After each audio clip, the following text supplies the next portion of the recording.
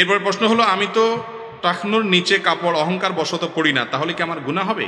এটা অনেকের প্রশ্ন। টাকনুর নিচে পোশাক পরা হারাম পুরুষের জন্য।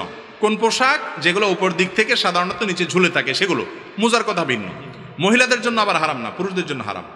এখন কথা হলো, কোন কোন হাদিসে আসছে যে ব্যক্তি অহংকার বশত লুঙ্গি, পাজামা, পাঞ্জাবি, চাদর এগুলা ঝুলাইয়া রাখে, তার ওই পায়ের নিচের অংশ জাহান্নামে যাবে, আর নিচের অংশ জাহান্নামে গেলে বাকিটা জান্নাতে যাবে না, অর্থাৎ পুরোটাই জাহান্নামে যাবে।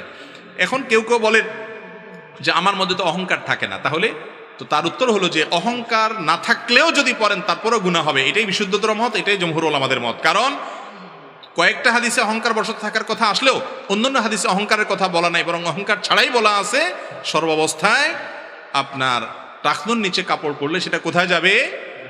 জাহান্নামে যাবে। অতএব এখান থেকে বেঁচে থাকা উচিত পুরুষদের। আর সম্প্রতি বোধহয় অনেক গবেষণা থেকে প্রমাণিত হয়েছে যে এটা পুরুষের পুরুষত্ব কমিয়ে দেয়। অনেকগুলো আর্টিকেল পড়েছি আমি, সংশ্লিষ্ট বোদ্ধা মহল লোকেরা আরো ভালো বলতে পারবেন। বিধায় এটা কোনো ভালো জিনিস না। একটা জিনিস দেখবেন, কোরআন হাদিসে যেটা নিষেধ করছে শয়তানটা আমাদের দিয়ে বেশি করায়।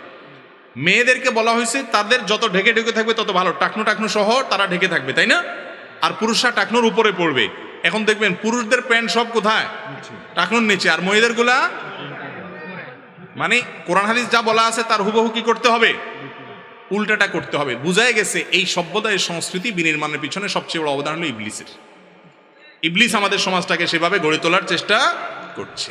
আল্লাহ তাআলা আমাদেরকে বুঝার তৌফিক দান করুন।